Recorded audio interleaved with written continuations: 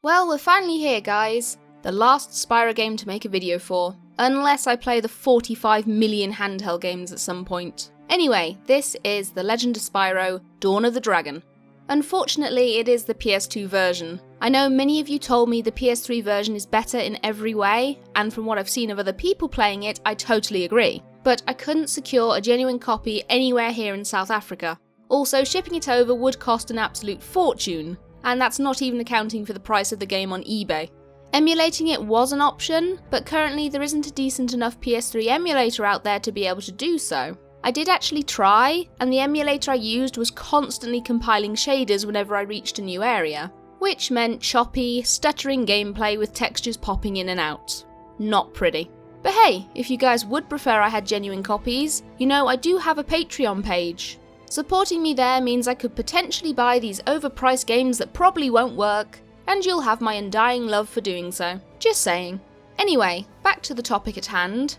This is the one I was most worried about playing because of the differing opinions from you guys. Some of you love it, some of you hate it, and I didn't know where I was going to stand with the information you'd given me. But I'm happy to report I'm in the first category of people. I loved playing this game. Well, for the most part. There were some things I could have done without, which we'll get into shortly, but overall, I thought Dawn of the Dragon was a thrilling experience. The gameplay was invigorating, the story had me invested, and the ending made me cry. A few tears at least. So, the first thing I should talk about is development. Dawn of the Dragon was released in late 2008, and as most of you know, it wasn't made by the developers of A New Beginning and The Eternal Night. Instead, Krome Studios handed the reins over to Étranges Libellules. I'm sure I've pronounced that horribly wrong, I'm sorry, I was never very good at French. I'll just refer to them as EL from now on. So I don't have tons of detailed information about this changeover, and I'll have to rely on the Spyro Wikia to fill you guys in. But to summarise, Krome Studios began work on the final instalment of the Legend of Spyro series, but due to a limited budget, they were forced to reuse assets from the previous two games. Is this sounding familiar? While this third game was technically finished, Krome Studios was so disappointed with the results that EL were brought in to rebuild the game from scratch. EL decided the cartoonish look of previous Spyro games wouldn't fit their revamped story, so as you can see, Spyro and friends got an upgrade, or a downgrade depending on your point of view. Spyro and Cinder look much older than they did in The Eternal Night, though I'm still wondering how that's even possible if they were frozen in time. Time-stopping abilities, it's a hell of a drug.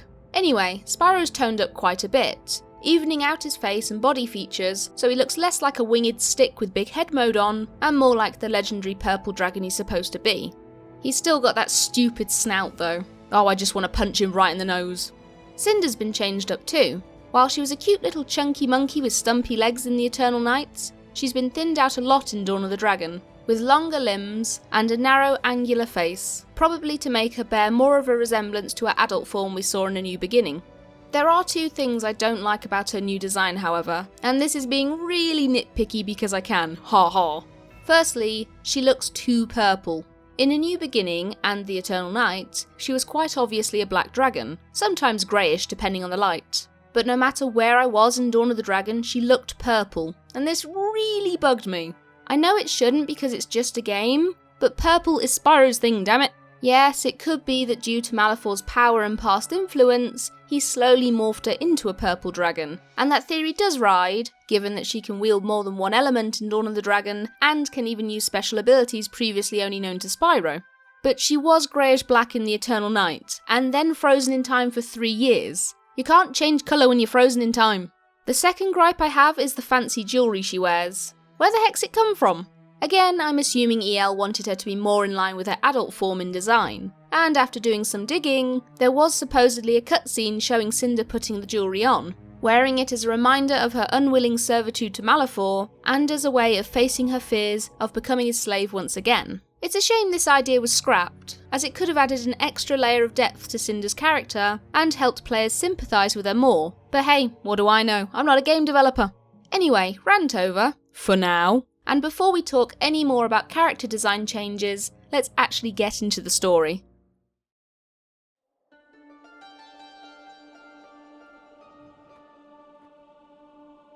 Oh, sorry, that's the wrong game. Just give me a second. There we go. Even in the darkest of times, there is always hope. But sometimes fear clouds our vision. Sometimes our strength gives out. And yet sometimes when all seems lost, a light shines through the darkness. And we are reminded that even the smallest amount of courage can turn the tides of war. Nice. That was nice. After Ignitus's rousing speech, we're shown the inside of the Mountain of Malafor, where we meet a new type of enemy. These things. Grublins, the artificially created servants of Malafor. Huh. I guess he got bored of apes, thank God. As the Grublins travel through the Mountain of Malafor, they're tracked by a mysterious hooded figure. I wonder who it could be. The Grublins eventually find a large golden crystal, which entombs Spyro, Cinder and Sparks. The littlest Grublin, it's always the little one, smashes the crystal and is flung back by the energy released. The trio come tumbling out, still unconscious from being trapped in crystal for 3 years, and it's here that one of the most annoying mechanics of the game begins. This fancy snake jewellery? Yeah, that's a chain that's going to keep Spyro and Cinder attached to each other for the entire game. And let me tell you, AI pathing issues and tethering mechanics are not a nice combination. The Grublins depart the mountain with Spyro and Cinder, leaving Sparks behind, but luckily Hunt is here to give him a helping hand. Oh wait, spoilers, oh never mind, it was obviously him. Yeah, it's Hunter, feign shock and awe everybody. The next scene shows Spyro being woken up by Cinder in a new area, the catacombs. Cinder, what happened? Where are we? I don't know. It's all a blur. Yeah, me too. Hey, wait a minute. Has Cinder had a voice change again? Christina Ricci! Oh boy, I love Christina Ricci! I hope she brings some sass and awesomeness to Cinder's role. No! Spyro, don't! Please, Spyro, don't do this. We have to go on.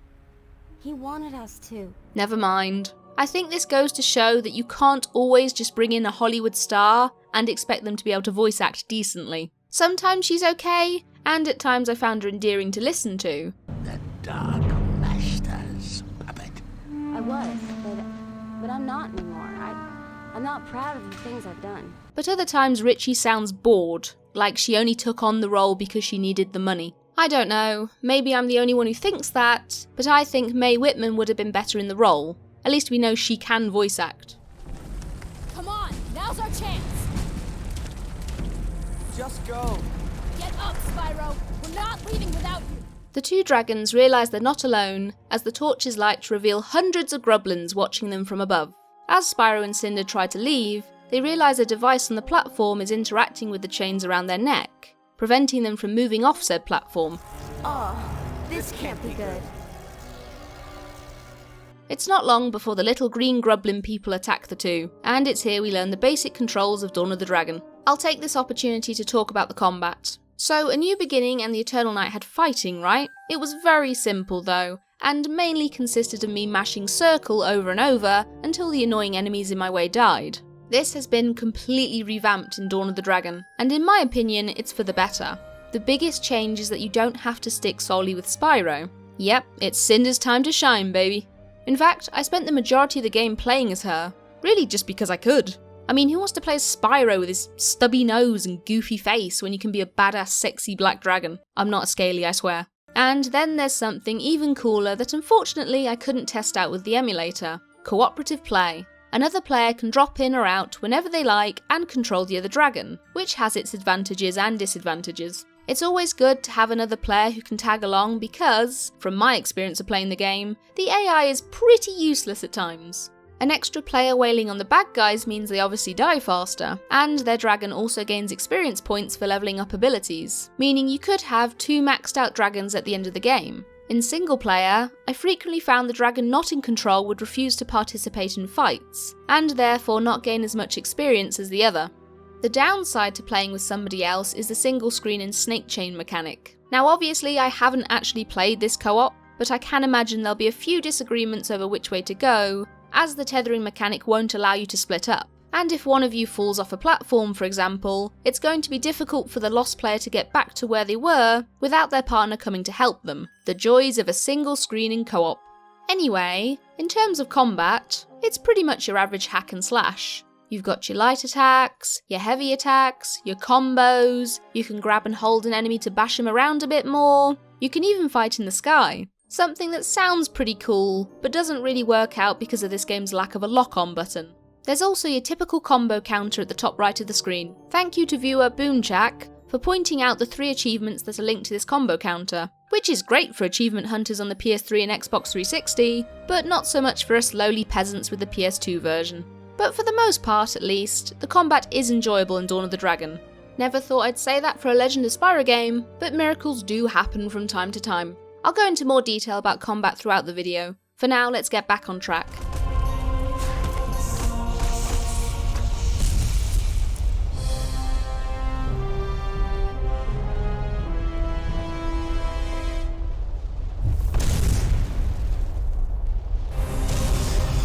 Okay, back off track again. Before I let this giant, fiery golem creature continue its delightful introduction, I would like to point out the obvious crap all over the screen. So emulating games isn't as simple as find an ISO and you're good to go. Ooh, that rhymes. You usually spend quite a bit of time just trying to get the graphics to not look like utter shite.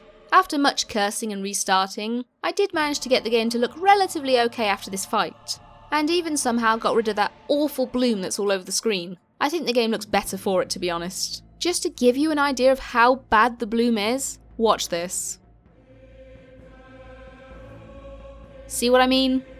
So yeah, big scary monster attacks Spyro and Cinder, they realise they have to destroy the device preventing them from flying, and we get the first of many button mashes in the game. You'll use the button mash mechanic for pretty much anything that requires strenuous effort from one or both of the dragons, even trivial things such as opening a chest containing armour. After smacking the golem's hand a few times, Spyro realises they're not strong enough to defeat it and will have to escape. This chain is slowing us down. We can't fight it. We'll have to move in unison. Follow my lead. Why should you lead? Uh-oh. Take cover! Okay, good idea. You lead. As the dragons fly away, Hunter steps in with a well-shot arrow to the golem's eye, sending it retreating back into its fiery pit. Spyro, man, you're alive! Sparks! It's good to see you too. You okay? You know, a little stiff. Voice keeps changing, but I'm good. Ha ha. Yes, once again, Sparks has a new voice actor. This time it's the turn of Wayne Brady to fill in for Spyro's sparkly sidekick. I've never heard of Wayne Brady, so there you go, he's been in things. At first I couldn't decide whether I liked his rendition of Sparks or not, but after finishing Dawn of the Dragon, I can happily say he's my favourite of the 3 Sparkses. That doesn't mean I no longer find Sparks irritating, but Wayne Brady portrays him as less of an arse, and more a dude who just wants a break from all the fighting and disaster. I have to stop him. Whoa, slow down, tough guy. You don't need to go around picking fights. I mean, we just woke up after being frozen for 3 years. Got stuff to do. There's one particular moment involving Sparks that got me right in the feels too. You'll see later on. So begins the first bit of platforming in Dawn of the Dragon, and I have to say, it does take time to get used to. The whole idea of free flying sounds pretty cool, and indeed it's one of the reasons I was looking forward to playing this game. But it does have its limitations. One would think if the dragons can free fly, then surely they could just fly out the catacombs and be done with it. But no, the developers want you to go a particular path, and that path often includes invisible walls and ceilings, preventing you from going to certain areas. Spyro and Cinder finally meet up with the devilishly handsome Hunter, and learn that it was Ignitus who sent him out to look for the 2 dragons 3 years ago. When you didn't return to the temple, the elder dragon, Ignitus, sent me to find you. That was nearly 3 years ago. What? 3 years? But that's impossible. Yes. I'm sure this news comes as quite a shock. For those interested, Blair Underwood voices Hunter in Dawn of the Dragon. He hasn't had much voice work apart from a role as a crocodile in the Disney television series The Lion Guard, but he has had various live-action roles in films and television as early as 1968. I actually quite liked Underwood's take on Hunter, and thought he did a great job portraying the stoic and wise cheetah. Yes, Hunter. Stoic and wise. Never thought you'd hear him described as such, would you? In terms of character redevelopment, Hunt has definitely gone through one of the biggest changes. Once a goofy and clumsy character that couldn't even keep track of his running shoes, he's now a skilled and agile warrior who has no qualms about taking on the role of leader in desperate times. And that new look! Ooh wee! So this is the point where I said goodbye to playing Spyro unless it was absolutely necessary, as the game helpfully informed me that pressing L2 would swap to the other dragon. Cinder for life! The occasions where I would swap back included when I needed to use a particular breath that only Spyro could wield, or when Cinder's health was dropping dangerously low. Hunter, give us a moment to gather our strength. You might want to stand back. This can get weird. It is fascinating how your kind draws strength from these crystals. Dragons are truly remarkable. Yeah, you say that now, till one tries to kill you. And by one, I mean her. I am aware of Cinder's past, but Ignitus trusts her, and that's good enough for me. Yeah, shut up, Sparks. Nobody cares what you say. Go on, Cinder.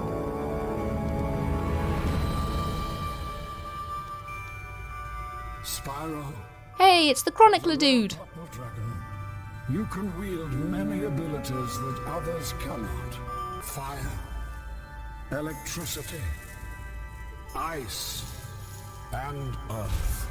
Cinder, while most other dragons can master only a single element, your exposure to the darkness has gifted you with abilities most uncommon. Poison, fear, wind, and shadow. Huh, well I'm definitely not playing as Spyro now. I would like to say I tested out the elements of both dragons thoroughly in preparation for making this video, but I didn't. I just stuck with Cinder's elements for the most part. All the elements do get used in some way during Dawn of the Dragon, but not by choice. More so because the game goes, here's a device that can only be powered with this specific magical breath. Isn't that a coincidence? So the elements of each dragon can be upgraded into more powerful abilities by way of the element menu. This is done by collecting experience points either by killing enemies, breaking open debris, or destroying blue crystals. Yep, the red, green and blue crystals are back, still functioning in the same way as they did before.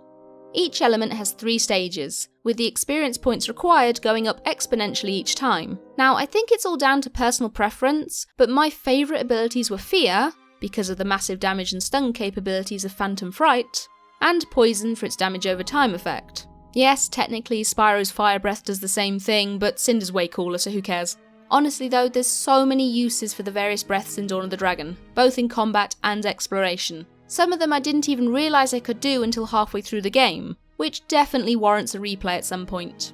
Anyway, Spyro and Cinder beat up the little grublins, and we move on to the first bit of gameplay that had me effing and blinding. Once you pull this lever, you have to make your way up the various rearranged blocks. Sounds easy enough, right? Oh yeah, but you have to carry this adamantine orb, and of course it's extremely heavy and limits your ability to fly. Couple this with the fact I was still trying to get used to flying and landing, and you can imagine how annoying this got after a while. Oh, at least that ordeal's over with. Oh come on! This is where the game hit me hard with every annoying mechanic it could, and is the reason I wasn't initially enjoying Dawn of the Dragon as much as I hoped I would.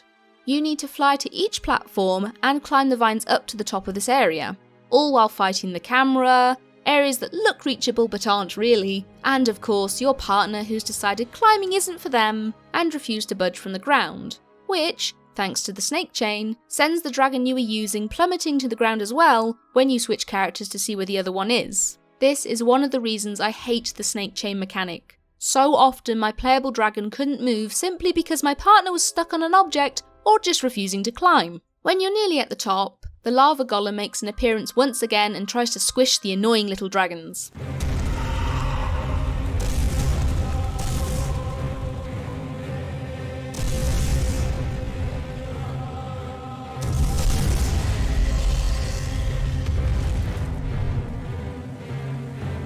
As long as you don't mess up the climbing section and fall back down, you'll need to complete a quick time event.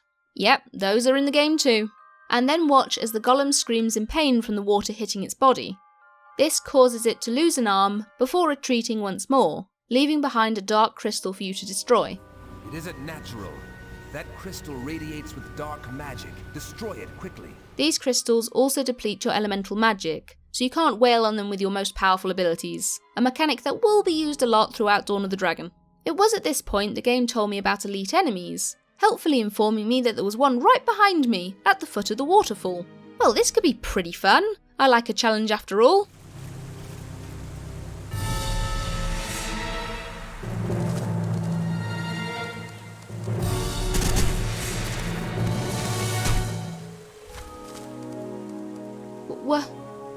What? Okay, maybe that was a fluke. Let's just give it one more go, and let's move him over here to give us a bit of breathing room.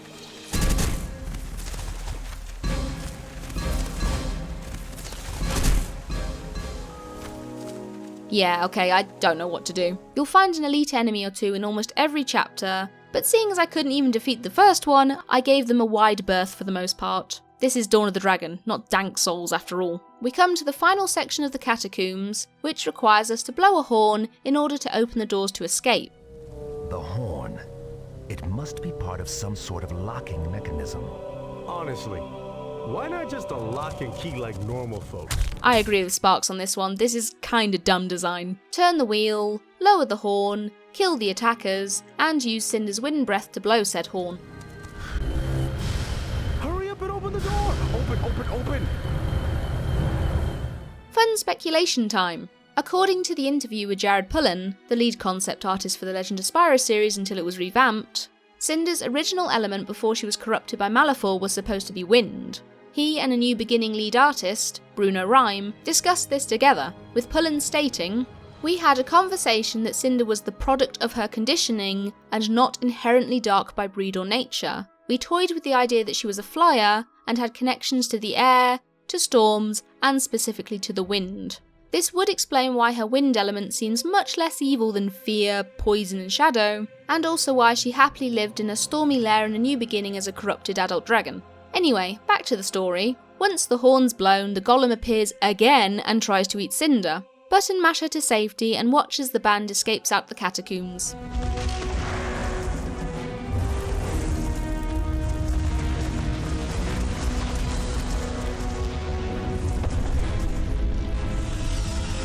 One relaxing flight down the river and you'll end up in the beautiful Twilight Falls. Okay, it's not great on the PS2 to be honest. The water's a little flat looking, the moons are slightly pixelated, but I have seen this area on next-gen consoles and my gosh, it looks absolutely gorgeous. In fact, the whole of this game is fantastic to look at, on next-gen. It's not bad on the PS2, especially given the console's limitations when compared to its older brother. It's just a shame to see something like the celestial moons from the Eternal Night looking so meh, especially as they were an integral part of the previous story.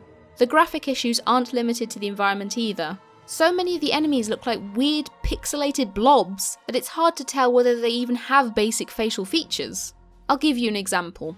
Later on you meet an enemy known as the Wyvern Grublin. This is what it looks like in the next gen cutscene. And this is what it looks like in the exact same cutscene on the PS2. It breaks my immersion when characters like Spyro, Cinder and Sparks look very detailed, even on the PS2, but enemies look terrible! Like giant flying turd terrible. After some exploration and beating up yet more Grublins, Spyro and Cinder learn of a nifty exploit with the snake chains. While one dragon climbs, the other can swing. This is useful to reach certain areas that usually house some sort of collectible, which conveniently brings me to talk about just that. Collectibles can be found in every chapter but the last, and are a mix of blue, red and green crystal clusters, armour, and those darn elite enemies I mentioned before. Red and green crystal clusters boost Spyro and Cinder's life and magic bars. Spyro will need 4 red crystals and 5 green crystals per boost, and Cinder the opposite, 5 red crystals and 4 green crystals. Now, I had a bit of an issue with these crystal clusters. For the first few chapters, I didn't actually collect any of them, because to me, they looked no different than the regular red and green crystals that restore life and magic. I know, yeah, they're a big chunk of crystal, and you usually find them hidden away or in a difficult to reach area, which to most people would signify their importance. But if there's anything I've established playing the Legend of Spyro series, it's that I can be a complete derp at times. Remember when I went the entire of the Eternal Night, cursing the developers for taking away the dodge button? Yeah. Anyway, the other collectibles to mention are the various pieces of armour you can find scattered throughout the lands. Spyro and Cinder can each wear 3 pieces: a helmet, bracers, and tail armour. Each piece grants a particular effect, such as attack speed, health regeneration, and increased fury power, and sets can be mixed and matched to suit different playstyles. Collecting and wearing an entire set, however, will give the dragons a boost in some way, such as immunity to stun attacks, or giving Spyro a nuclear hit and Cinder a poisonous hit. I have no idea what they entail, but they sound awesome. My lord, we're getting so off track with the story, aren't we? So the band eventually reaches the Enchanted Forest, and we get a glimpse of Malefor's lair, which is actually the temple from the previous 2 games that the Dark Master has suspended above an active volcano. 'Cause you're not a true villain until you make your home in a volcano, are you? The band makes camp, and Hunter tells the 3 of the golem's origins, stating, That was no ordinary creature back there. It was an ancient earth golem from the deep. They are the embodiment of destruction summoned by Malefor himself. These are dark times. Before any more discussion can take place, the band is knocked out and taken to a village of hunters? In different colours? Tiny Tory gripe time. Could the developers not do a bit more to differentiate these guys? At least do something for head honcho Chief Prowless. I don't know, give him a cliche eye scar or half-ripped ear. Speaking of Chief Prowless, he's voiced by the talented Kevin Michael Richardson, who, as you probably remember, also voices Toridori, and that annoying bird thing from the Eternal Nights. If I were you, I'd shut my mouth. I ain't gonna say it again. We will speak no more of bird thing. Chief Prowless. Malefor, he alone is the one responsible. This dragon is our last hope. You must see that. Yes, the purple dragon.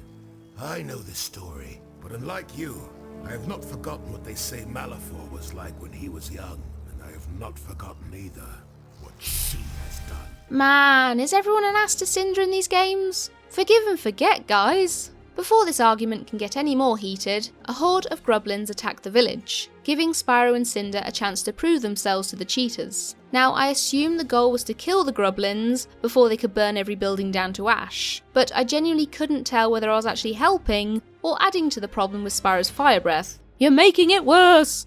Much grublin fly killing later, and the wyverns I mentioned before make their first appearance.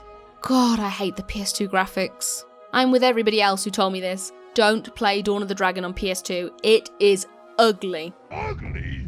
That does it. Once the attack is over, the clan realises that one of their own, Meadow, is missing. So guess who gets retrieval duty?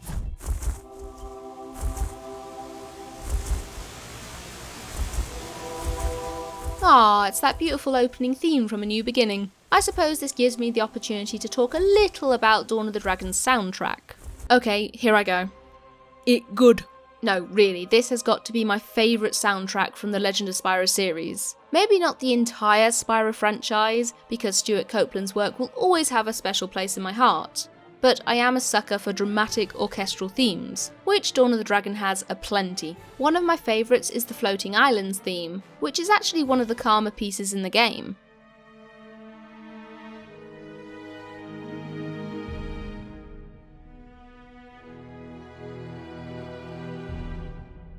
Anyone else getting vibes of Shadow of the Colossus here? Particularly the fight before Avian?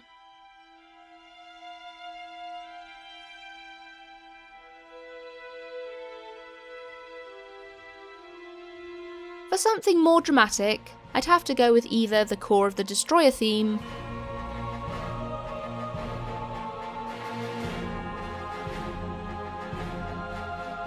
or the Malefor battle theme.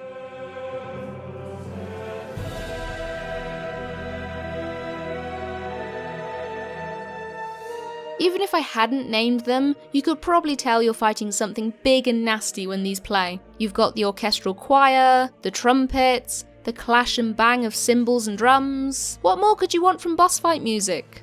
And that's all I'm going to say on the soundtrack side of things because, as I've mentioned before, music really isn't my forte. If you want more, you can always look up the soundtrack on YouTube, give it a listen, and let me know what you think.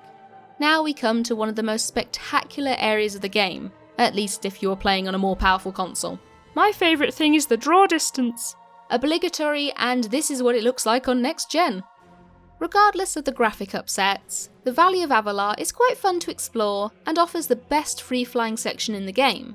Okay, faster. Fly faster, please. How do you do that speed boost thing?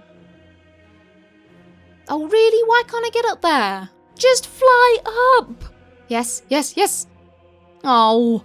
And that's pretty much my entire experience of flying in this game. Okay, as much as I mock it, I did enjoy these sections in Dawn of the Dragon, and especially here in the Valley of Avalar. It's an improvement on the Eternal Night at least. You have wings! So the goal here is to find Meadow inside a cave, but it's not as simple as that, silly, because Meadow is currently being held hostage by a bunch of tough-looking grublins. Luckily, killing the first few enemies filled my Fury bar, finally giving me the chance to test out Fury mode, which is activated by pressing square and triangle simultaneously. Yeah, that's not a button combination I'll forget further down the line. Oh, apparently it's not just me. How to activate Fury in Legend of Spyro Dawn of the Dragon. How do you do Fury greater than ? How do you increase Tor Fury mode bar?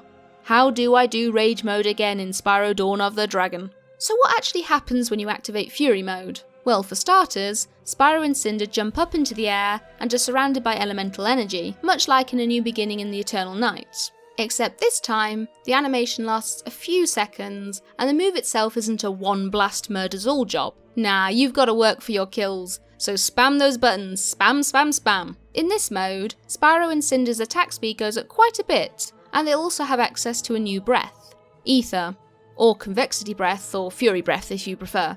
Well, technically Spyro's used it twice before, but it's new for Cinder at least. I'm going to leave the details to Jared Pullen, who explains it so eloquently on his art page. But basically, big purple magic boom boom that's specifically wielded by purple dragons.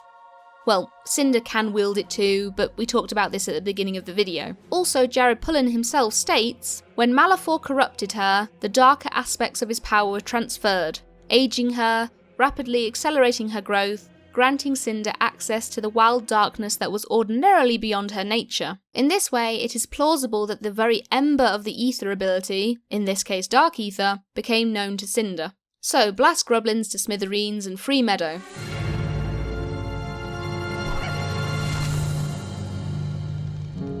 Thank you, friends. You saved my life. Can you move? We need to get you out of here. I'm sorry.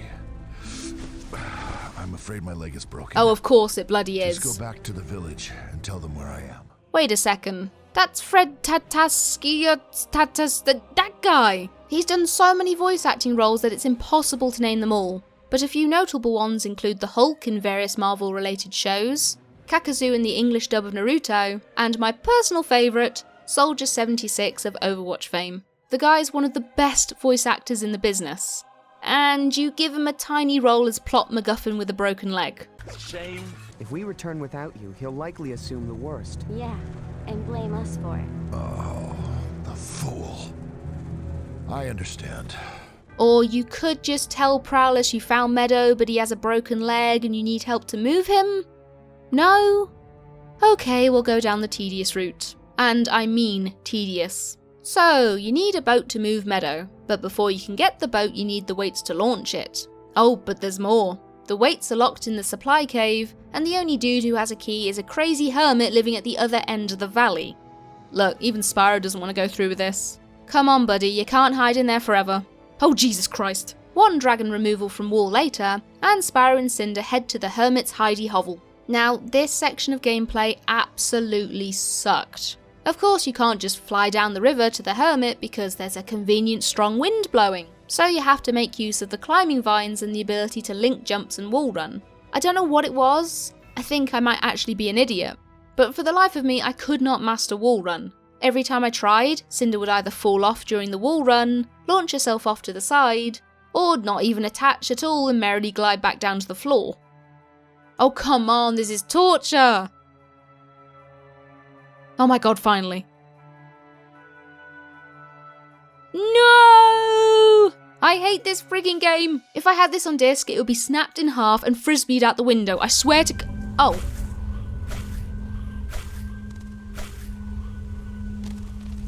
I don't care if this is a glitch. I'm taking advantage of it. Much cursing and teeth grinding later, I finally managed to reach the hermit's hideout, but before I could meet the crazy old coot, a bunch of skeletal creatures jumped out and attacked. Hey, I know this music. This is the ape theme from the first game, but why is it playing it? Oh my god, they're apes. Is there no escape from them?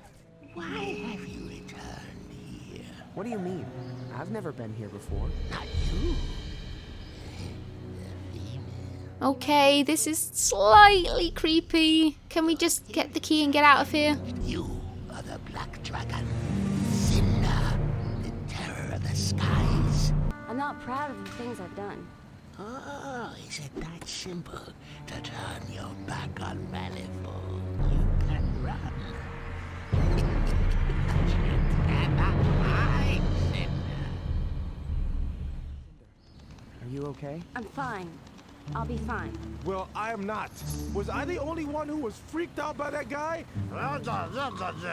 Jeez. Okay, at least it wasn't a complete waste of time. Ta-da! Sparks, I love you. So fly back, get the weights, be annoyed at Spyro's slowing me down and getting stuck on everything. Come on, dude! And finally we have a boat to use.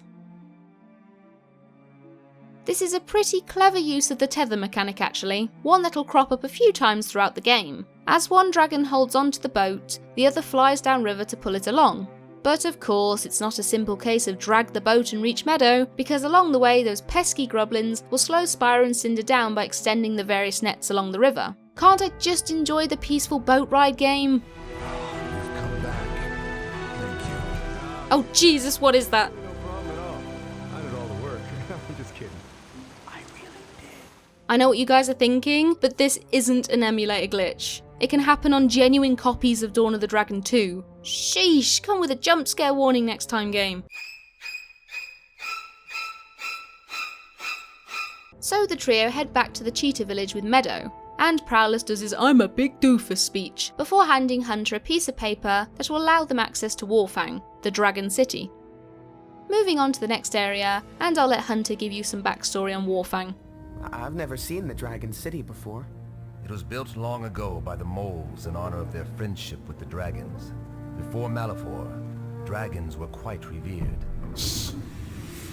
I heard it too. Quickly.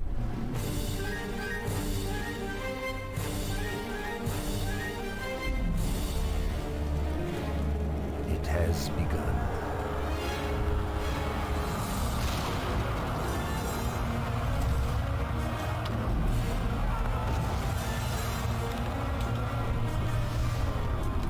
This way. Stay close.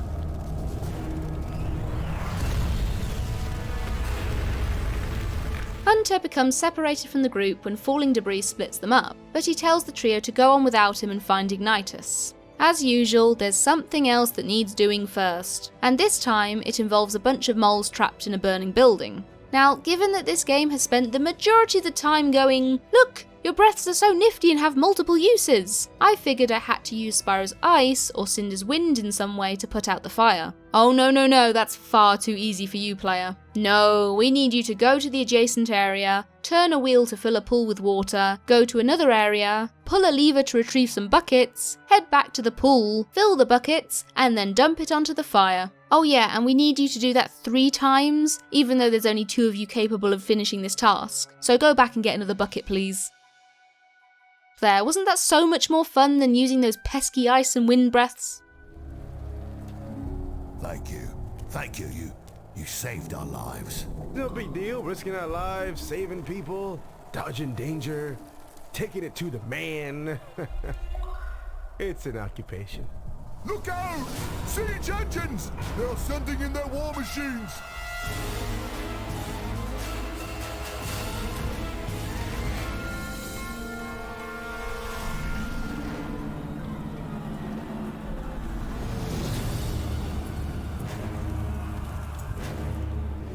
Listen to me.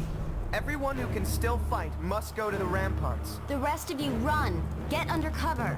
The next section of gameplay has the trio fight their way up to the ramparts, where they'll participate in destroying the siege towers that threaten to bring down Warfang's wall. Now this part, I liked it, but I felt it went on for far too long. The goal is to protect the catapult by killing any groblins attacking it and repairing it during downtime. Sounds simple enough, but as the fight goes on, things get more heated. First, the catapult will run out of ammunition, which requires Spyro and Cinder to simultaneously pull a lever to reload it. Doing so will destroy one of the siege towers.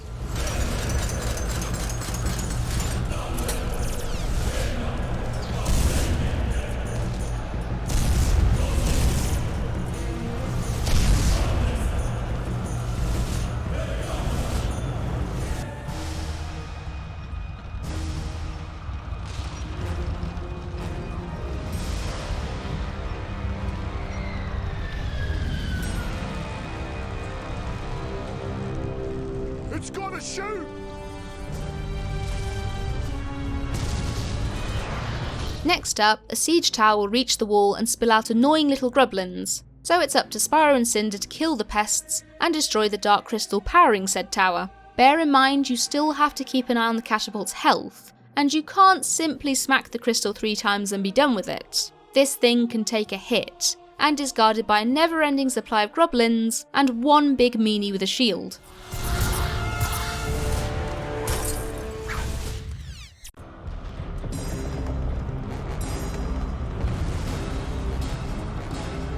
We're not out of it yet. Just keep it up.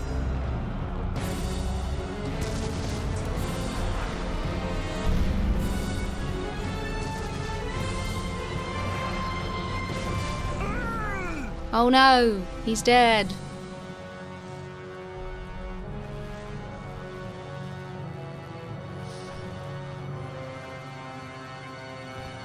Oh, never mind. Look, we need to get him back on that catapult. Ah yes, because what's a Spyro game without an escort mission? Okay, that looks pretty cool, I'm not gonna lie. Fortunately, this one is short and relatively easy. As far as I'm aware, the mole can't die, just cower in fear at the sight of grublins, and the only annoyances come in constantly having to go back and forth between him and the catapult to fix it. So, next siege tower down and... it's the same thing again. Come on dude, give me a break. Could you not fix your own catapult at least? Repair, reload and wreak havoc, and you'll get another cutscene.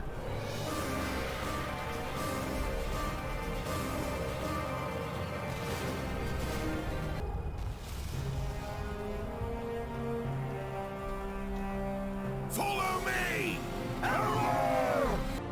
Sorry?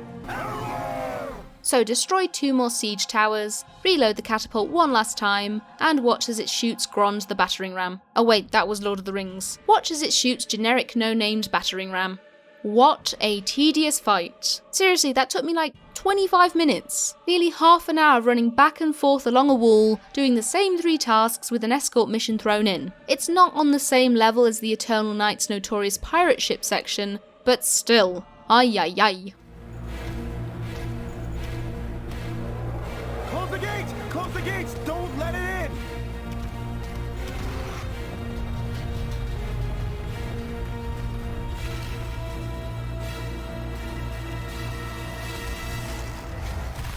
Wow, Hunter got obliterated. Oh wait no, freeze frame says otherwise. Fairies rejoice, he's still alive. After getting lost and going the completely wrong way, I managed to find some vines to climb and ended up back in the bucket courtyard. And so starts our battle with the monster I've affectionately named Fugly Green Rock Frog. Hunter does what we know him best for and runs away while Spyro and Cinder take on the love child of Hulk and Thing. There isn't much to this fight, as its attacks are incredibly predictable, so just spam swipes and breaths, and dodge out of the way of its swings. Once Fuzzy Shrek is down, you'll get another cutscene showing the magic seal on the giant door failing, allowing more grublins to break through. Oh yeah, now you want me to use my elemental breath. The goal here is to kill any grublin stragglers that get through the door, help the mole shut it, and make sure it stays shut until the magical fire seal reforms. That's it really, nothing more to say, so moving on. A cutscene will play once again, showing Malefor's army retreating, but just as the battle seems won, something stirs in the fire.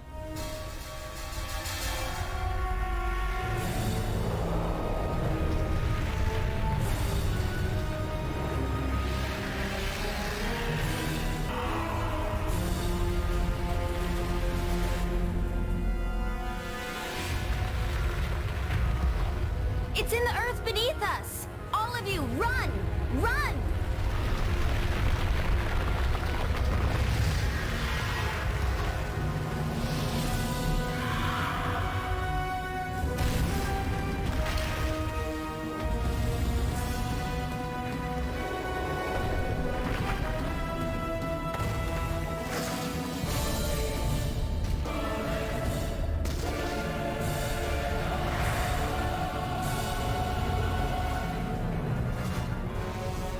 Cyril, the city is burning.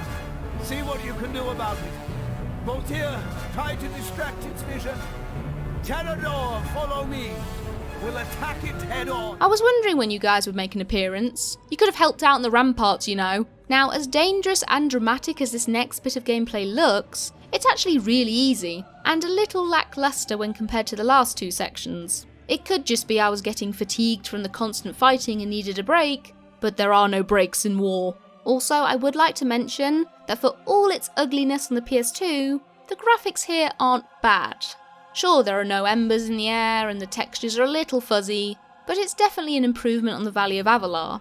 So the goal is to make your way round to the golem's front, and as you clear each area of enemies, you'll meet up with one of the Elder Dragons, who in turn will help Spyro and Cinder out in some way, or at least try to. Spyro, this way, quickly! Or ignore me at your own peril.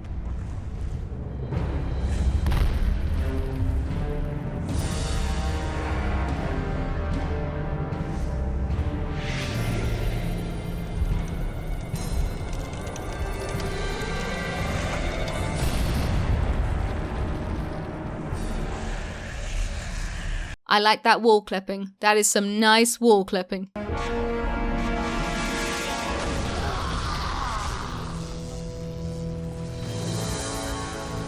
Voltaire!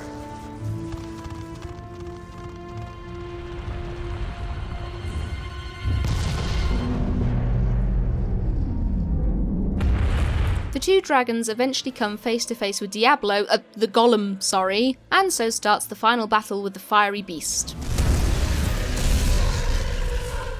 This fight is pretty straightforward and a little boring, to be honest. Okay, just to clarify something, you guys might be confused by me saying I love Dawn of the Dragon while I simultaneously trash it at times. But trust me, I do love this game. That doesn't mean it's without its flaws though, and as an unbiased gaming historian, it is my duty to inform you of them, no matter how much I love said game. You can like something and still find flaws with it. Rant over, carry on. So the goal of this fight, which admittedly took me a while to work out, is to do enough damage to the golem's arms to stun it, and then climb to its head and destroy the dark crystals.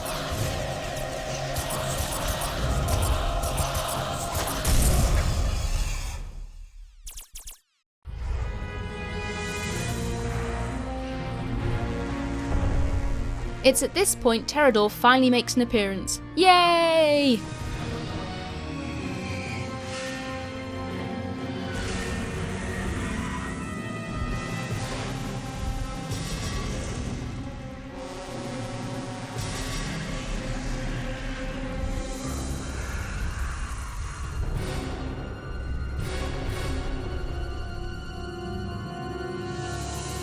Boo!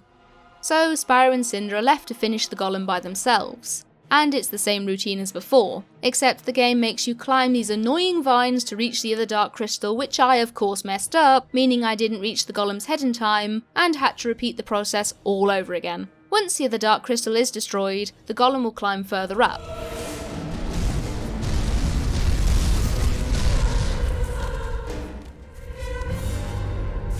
Ooh, I like this angle, it's very cinematic. Oh, it's your boy Ignitus.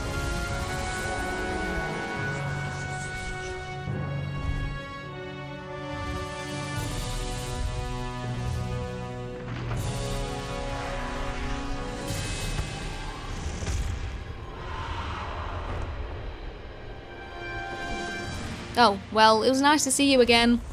And so begins the final battle with the golem, which is even easier to do than the previous part as you don't have to fly up and down, climb vines and all that other crap.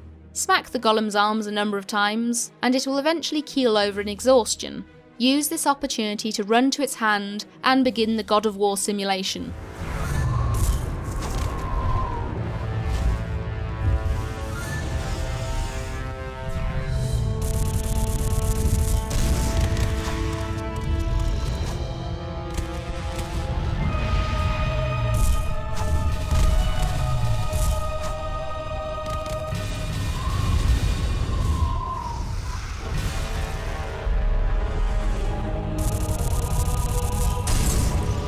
Yes, we can finally kill this bloody thing. Oh, come on. You mean I have to do this again? Smack, smack, smack, smack, smack. God of War and kill.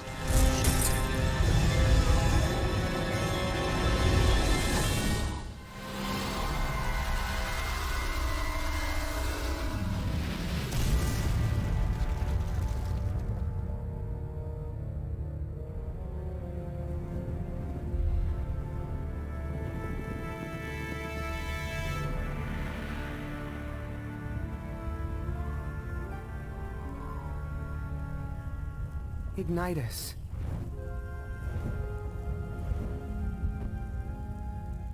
Young dragon, you never cease to amaze me. By the way, does anybody else think Ignitus' model is kind of ugly in Dawn of the Dragon, especially when compared to how he looked before? I know EL have a different art style to Krome Studios, and I guess they were trying to go with the wise old dragon aesthetic, but he looks strange to me. The other three aren't so bad. Cyril is damn fine, Voltier's chubby and adorable, and Toridori looks more or less how he did before, but Ignitus seems off. Also, he smiles way too much. We never lost hope that you would return. Ignitus made sure of that. I should have come back sooner. I let you all down. Spyro, you've done more than anyone could expect of a dragon your age. What matters now is that you are here, and what's more, you've returned with your companions. Well, it's not like I've really had much of a choice in the matter, seeing as how we're stuck together. Interesting. This device is foreign to me. Never have I seen such a thing. It has the mark of evil. Likely crafted by Malefor himself. How can we fight back if we're made to fight like this? Spyro, Cinder, you have done well to get this far despite this. Do not view this chain as a hindrance, but allow it to be a reminder of the bond you two share. I smelled that line from a mile away. I will take this opportunity to say that Gary Oldman, who voices Ignitus, seems to have put some effort into his performance this time around. In The Eternal Night, he sounded bored and uninterested. The Chronicler is an ancient dragon of immeasurable wisdom, though I've only heard stories. Now he actually sounds like a battle-weary elderly dragon. Actually, he probably hasn't given it much thought and he's just using his normal old man voice, but at least it works here. As the group travel through the city, the Dark Master finally reveals himself in a dramatic fashion befitting of an evil villain. Citizens of Warfang, congratulations. You shall be the first to witness the resurrection of the Destroyer and the end of the world. Malefor. So who have they got to voice Malefor? Mark Hamill. Mark friggin' Hamill. The Joker. What have you done to his voice?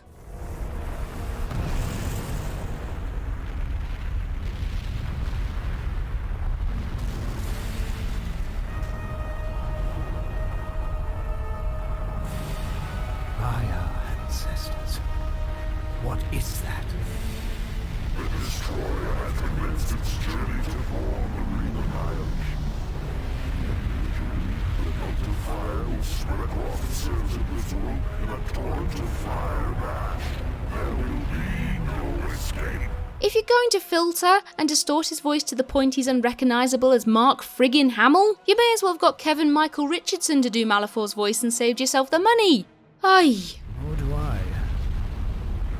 The ancients believed that this creature brings about the birth of a new world.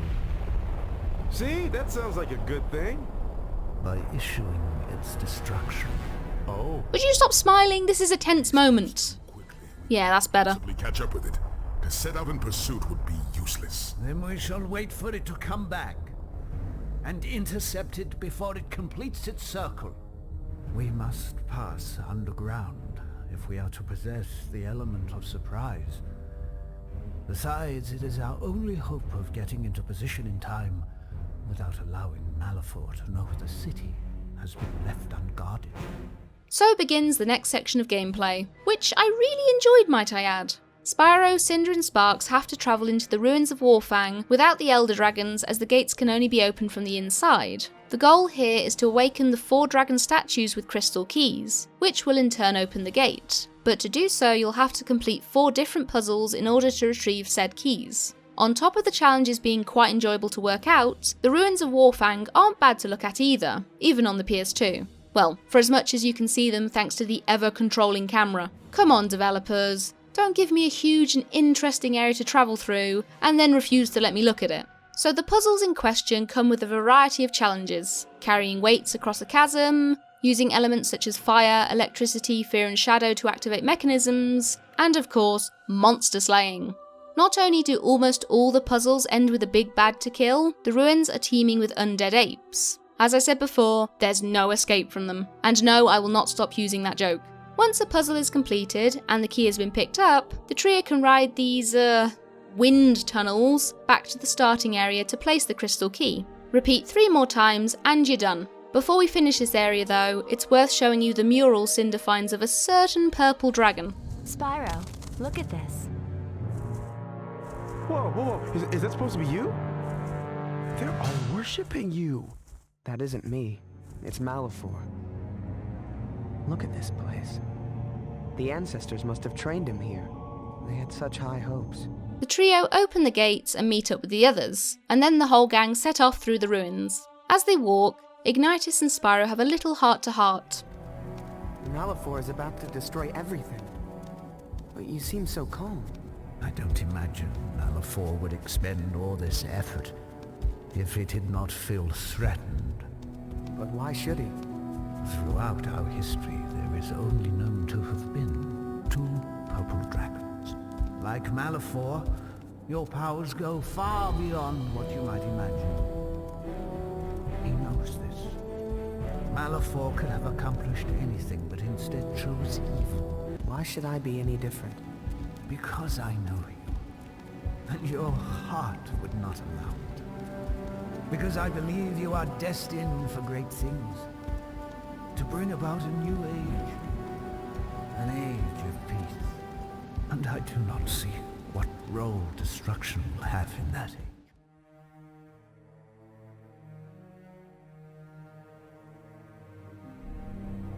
Whoa. Gotcha. Gotcha.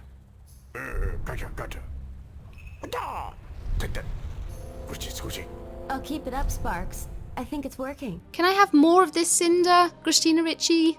Please? While the destroyer edges ever closer to completing its mission, Cinder comes up with a clever plan to stop it.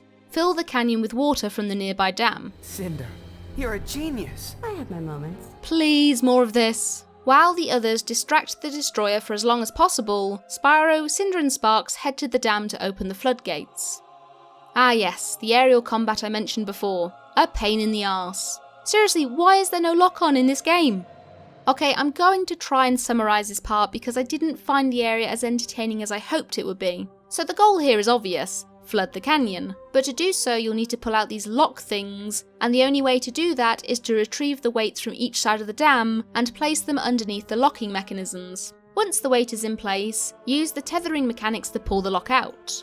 It's a good thing there's all these convenient vines growing, otherwise we'd never finish this section. Repeat this on both sides and the water will raise up quite a bit, but of course not enough to stop the destroyer. It's not enough. What else can we do?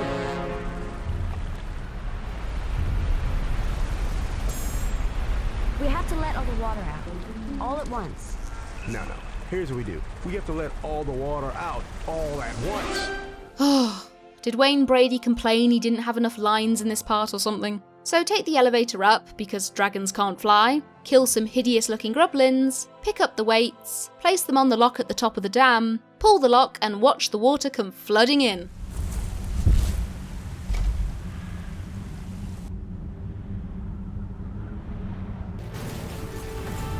This doesn't seem like very good design, does it? Maybe not construct a fancy stone dragon head that easily falls off from the impact of letting said water out?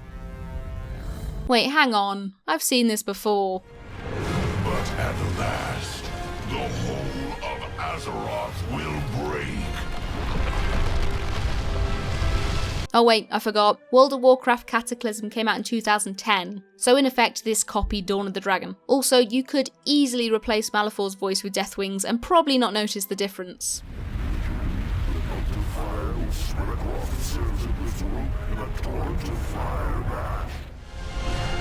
And all will burn beneath the shadow of my wings. Oh, and one more similarity? Deathwing has a nickname, the Destroyer. Do you think somebody at Blizzard is a big fan of Dawn of the Dragon?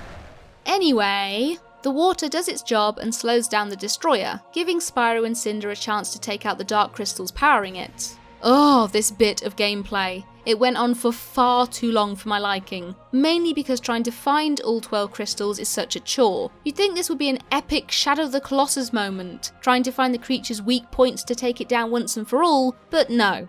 Can I fly around this way? Nope, invisible wall. Maybe there's a crystal behind its leg. Nope, we're just flying off into the horizon. If you do somehow manage to fight the urge to turn off the game at this point, and destroy enough crystals, you'll be able to climb to the top of the Destroyer. Smashing the 11th allows you to travel inside the monster, where the final crystal is located. This particular part right here, awesome. It's just a shame that the build-up was so lackluster. The trio will fly through the inside of the Destroyer, and you have to guide your dragon in various directions to avoid the obstacles in the way. It's like the chase section in A New Beginning, except with urgency. This part of the fight consists of you smacking the Destroyer's heart a number of times, avoiding the lava spurts, and occasionally going on another obstacle course. Once the heart's health bar is depleted, the final crystal will be revealed. Smack it a few times and fly like hell.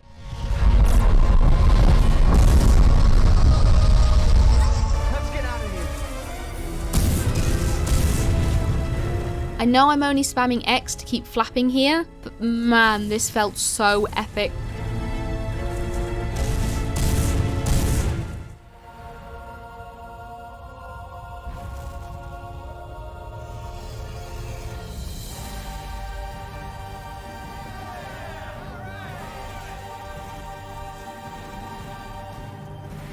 For all your subtleties, young dragons, you certainly know how to triumph with flair.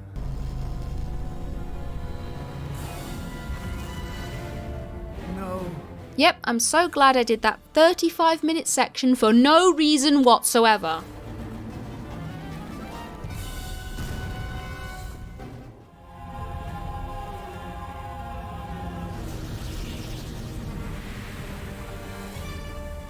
Ignite us. What do we do? There is no more that can be done. Not much time is left. Everyone must get to shelter. The underground city. Ignite us. There are endless caves down there. We saw them. We can lead them there. No. I need you and Cinder here with me. Okay, so from this point on, the pacing got really weird. You'll see what I mean in a second. And sorry for just showing you cutscene after cutscene, it's just easier to do that than try and explain what's going on. Why does everybody keep smiling? We have to confront Malefor, don't we? I see no other way. The belt is weakened, and this may be our only chance to break through. Dawn of the Dragon now does something that no Spyro game has ever done, I think. We have to leave Sparks behind. Sparks? You can't come with me. What? But I always go with you. Spyro was right. You wouldn't survive in there. Yay! I mean, oh, that sucks. No, I'm only kidding. This really upset me. Probably because I've grown up on the Spyro series, and Sparks has always been there to help me out, whether it's by acting as a health bar or collecting gems for me. You have to promise me you will look after him. We've been through a lot together. I promise. I never thought I'd shed a tear for someone I consider the most annoying character in the Legend of Spyro series, but as I said before, miracles do happen. So long, my sparkly sidekick. Spyro, Cinder and Ignitus reach the Belt of Fire, and the battle-weary Elder Dragon uses what power he has left to guide them through.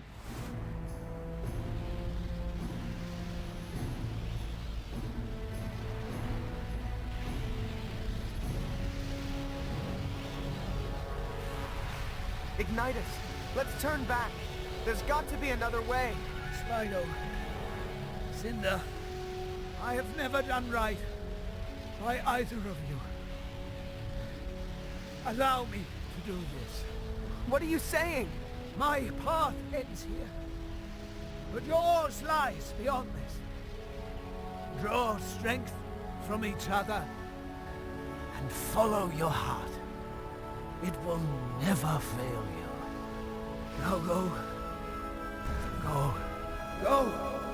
And this is what I mean by odd pacing. At the time of playing this, it was obvious Ignitus was going to do something drastic, but sacrificing himself had less of an "oh my god, no" effect on me, and more a "oh, okay then." I think it's because it happens so suddenly after Ignitus joins us. 10 seconds ago he's happy to push on through, and now it's "I can't do this anymore, go on without me."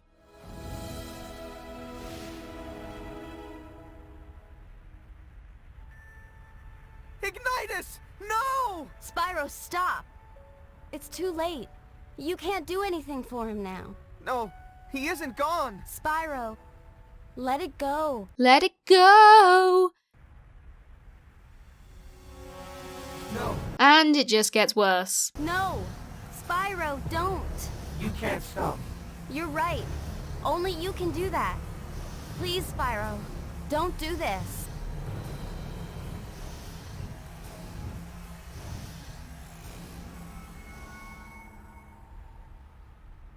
We have to go on.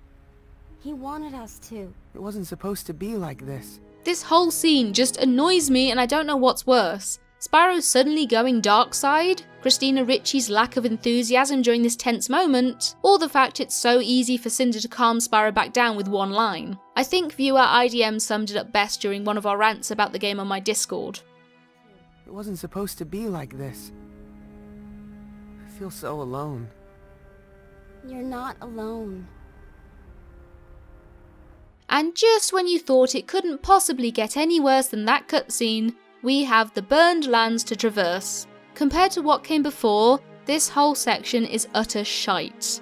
Firstly, it's hideous to look at. But hey, if you like traversing a land of black, brown and the occasional lava orange for 30 to 40 minutes, then this is the perfect place for you. Secondly, the pacing is terrible. I'm reminded of the first game and its constant blocking off of the next area until I had defeated all the relevant enemies. This section does that in abundance. This wouldn't be so bad if the enemies the game throws at you didn't take donkey's years to kill, and the blocking off didn't leave you with such a small area to work with that you can't even see the bad guys half the time. About midway through the burned lands, the two dragons have a little heart-to-heart, where Cinder shares her worries of facing her once master and tormentor. He's up there somewhere, isn't he? I don't know if I can go through with this. I don't know either. But we have to. You said it yourself. If we don't, then everything we fought for, everything we've lost, it's all been for nothing. All right then, I'll go. But only because I want to get rid of this chain. Come on. The air is too thick down here with all this ash. I like this cutscene. It's nice to see Spyro and Cinder have some downtime and be able to share their feelings, because there really hasn't been much opportunity to do so throughout this adventure. Much fighting, getting lost and climbing later, and the dragons finally leave this accursed place to move on to somewhere better. Okay, that sounds like they've died. I mean better looking, sorry. It's beautiful up here. I agree with Cinder. The floating islands are one of the most gorgeous areas in the game, and funnily enough, I actually preferred how it looked on the PS2 over next gen. I'm not sure whether the PS2 version was deliberately made to look darker and more foreboding, or it's because I removed that annoying bloom. But for once, the PS2 wins this one for me. It still has ugly textures and pixelation, but by this point my eyes are used to it. So the goal here is to light all the torches surrounding the door that leads to Malefor's lair. To do so, you'll need to use Spyro's fire breath to light the 8 braziers scattered about the floating islands. Clues in the name. The braziers can be found all over the place on various bits of floating building and debris. And while it took me some time to find them all, I didn't mind so much, as it gave me the chance to enjoy the view. That pixelated, gorgeous view. Once the braziers are lit, the door will open into one last area before the big bad boss fight. You'll have to kill a variety of grublins, including another fugly yellow rock frog. You'll also have to destroy the machines that spit out devices that stop Spyro and Cinder from moving so far. But overall, this really isn't a difficult battle. Bish bash bosh, and it's time to meet the Dark Master himself.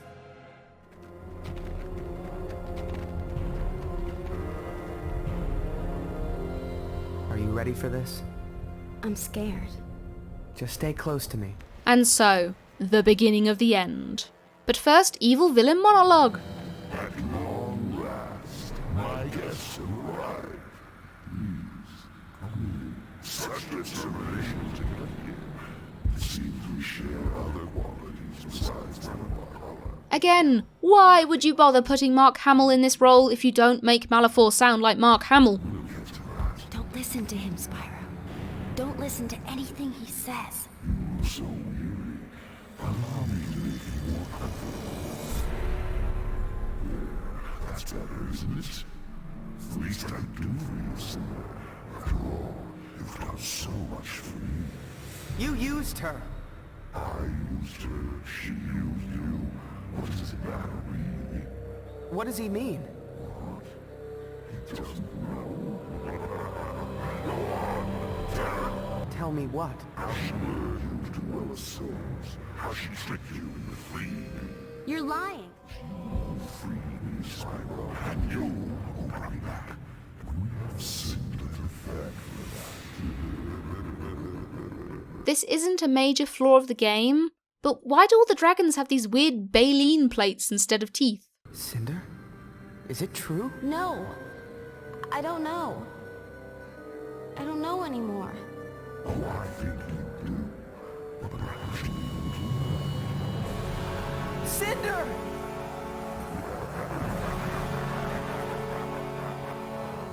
Oh boy, are we gonna fight a Dark Cinder?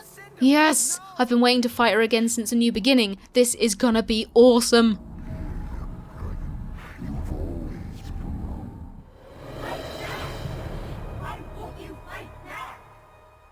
Because you've left me nothing to fight for.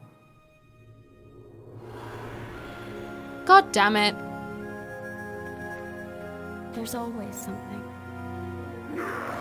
So be it.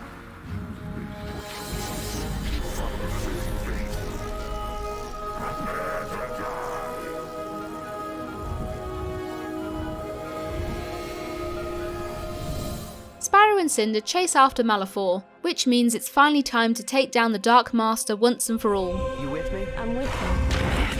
This battle is split up into multiple phases, which in turn are split up again by various QuickTime events. The first half is the easiest part. Malifaux will fly back and forth, stopping occasionally to fire various elemental abilities at you, including Dark Ether. Taking damage isn't too much of an issue during this phase, as hitting Malifaux enough times will cause a bunch of red and green crystals to fly out of him. After depleting Malifaux's health bar to almost zero, a QuickTime event will occur, in which Spyro and Cinder make use of their own Ether abilities.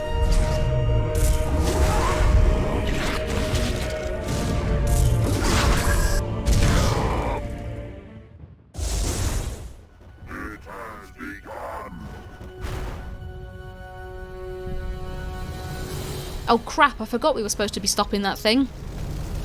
Oh no. We're too late! Welcome to the end of the world.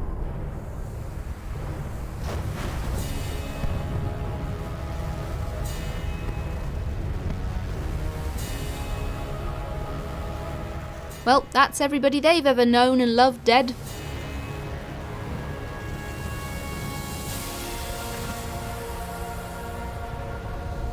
The next phase of the battle takes place amongst the ruins of what was the Dragon Temple. It's a bit tougher to dodge Malifaux's various attacks, and I died a couple of times as a result.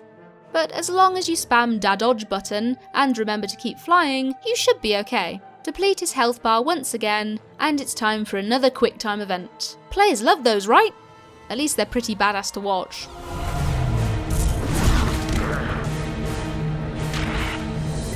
Watch out!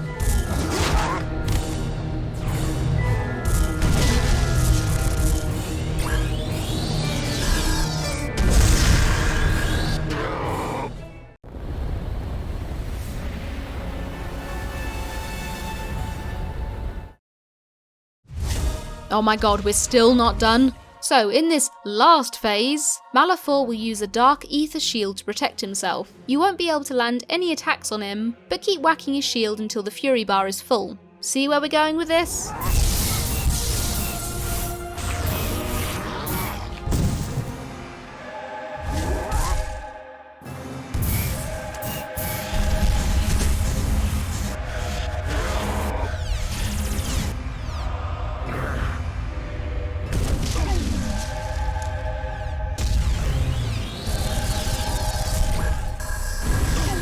Oh, that is so awesome. I usually hate QuickTime events in games, but at least Dawn of the Dragon uses them sparingly and spectacularly.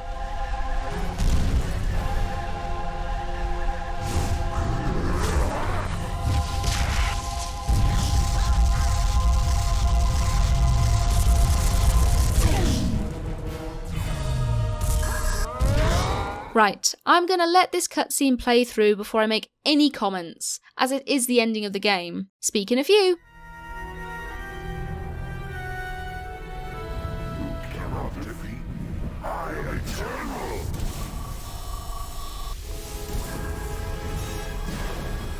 Just hang on!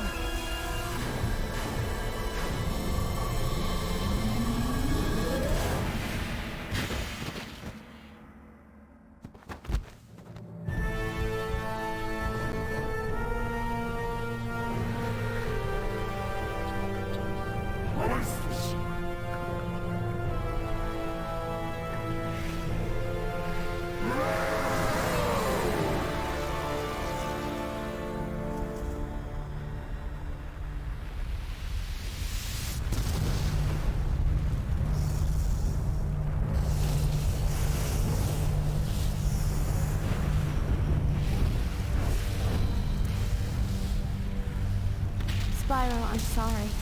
I'm so sorry. Don't be. It's over now. Spyro, when a dragon dies, he does not truly leave this world. His spirit lives on, binding itself with nature, offering hope for the future. I know what I need to do. Just get out of here, Cinder. Spyro, no. You don't have to do anything. Let's just go. Where, Cinder? There'll be nothing left. The world is breaking apart. But I think I can stop it. I think I'm meant to. Then I'm with you.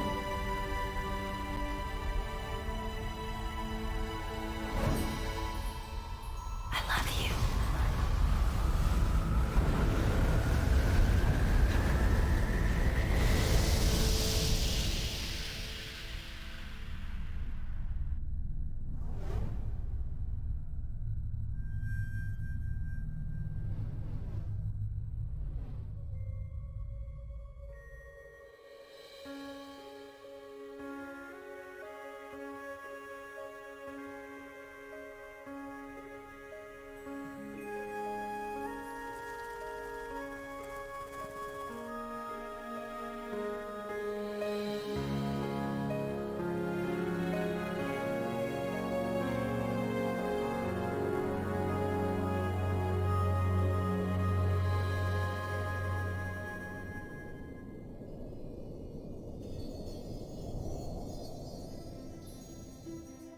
And there you go, the ending to The Legend of Spyro, Dawn of the Dragon. Watching this for the first time, it really killed me inside. This is a character I've known and loved for 20 years, and to see him sacrifice himself to save the world.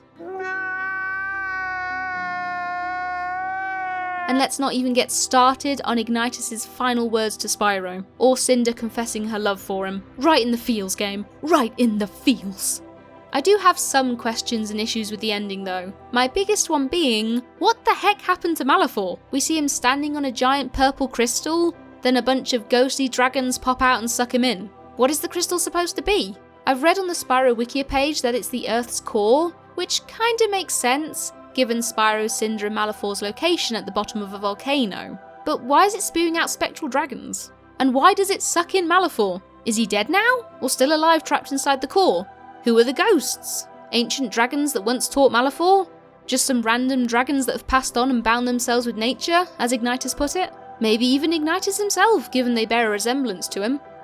My next issue relates to Spyro casting his Deus Ex Machina magic. Now, I have no idea what it exactly is, but I'm assuming it's a form of dragon time, given that it seems to reverse the destruction of the world, and everybody somehow magically ends up not dead. And okay, I can let it slide that Spyro suddenly knows how to utilise this rewind time ability. Dragon blood, ancestors, times of need, blah blah blah. But come on, Dragon Time isn't even used once throughout the game, and is never shown or mentioned past the opening cutscene until now. Think of it this way as well, if you'd started with Dawn of the Dragon and never played the Eternal Night, you wouldn't even know Dragon Time was a thing, and would be even more confused than I am right now. Of course, I could be completely wrong about all this. The Earth's core, the ghost dragons, Spyro using Dragon Time. So seriously, if any of you guys have knowledge on this, please fill me in, because I need answers, damn it.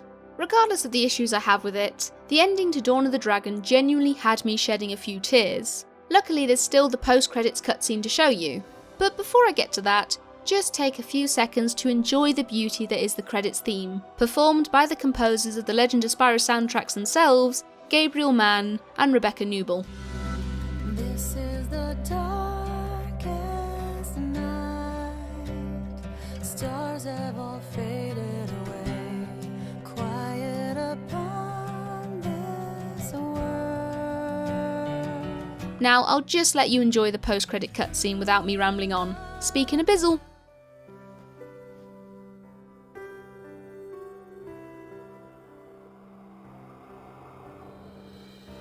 Be welcome, friend. I have long been expecting you. A new age is beginning.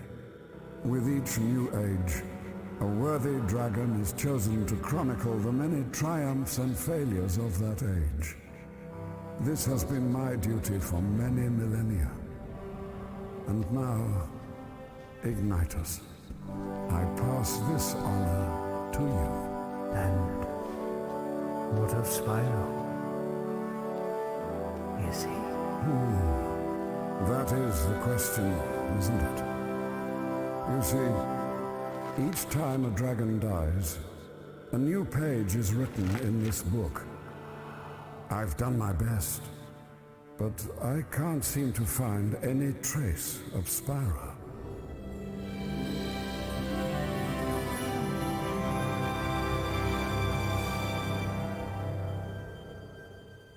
Well, young dragon, where might you be?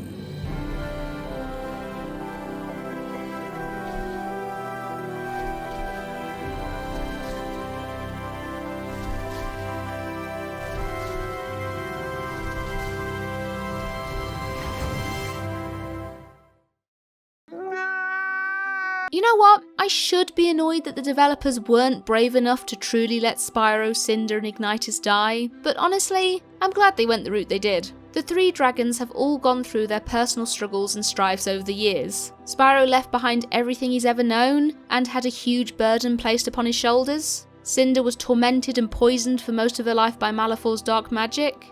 And Ignitus, by his own admission, failed both Spyro and Cinder in many ways. I think the three of them deserve peace and happiness, don't you guys? And once the post-credit cutscene is over, that's it. You can always check out the art gallery if you want to see some of the concept art and character models, but there isn't much else to do except start a new game, and we haven't got time for that.